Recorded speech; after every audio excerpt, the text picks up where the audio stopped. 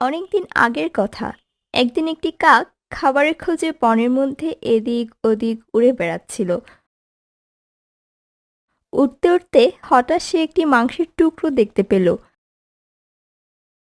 আশেপাশে কেউ কোথাও নেই দেখে কাকটি সেই মাংসের টুকরোটি মুখে নিয়ে একটি গাছের ডালে উঠে বসল। এমনি সময় ঠিক ওই গাছটির নিচে দিয়ে হেঁটে যাচ্ছিল একটি শেয়াল। কাকের মুখে মাংসের টুকরোটি দেখে শিয়াল আর লোভ সামলাতে পারল না। সে মনে মনে ভাবল, আমার তো খুব ক্ষুধা পেয়েছে। যদি ওই মাংসের টুকরোটা নিতে পারি তাহলে ক্ষুধা হয়তো কিছুটা মিটে যাবে।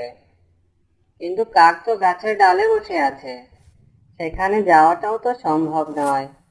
সুতরাং একটা উপায় বের করতেই হবে।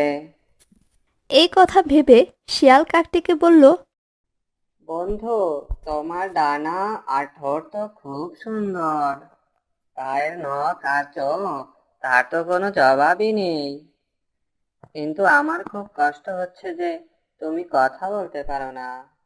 এই কথা শুনে কাক মনে মনে ভাবল, শিয়াল খুব বোকা।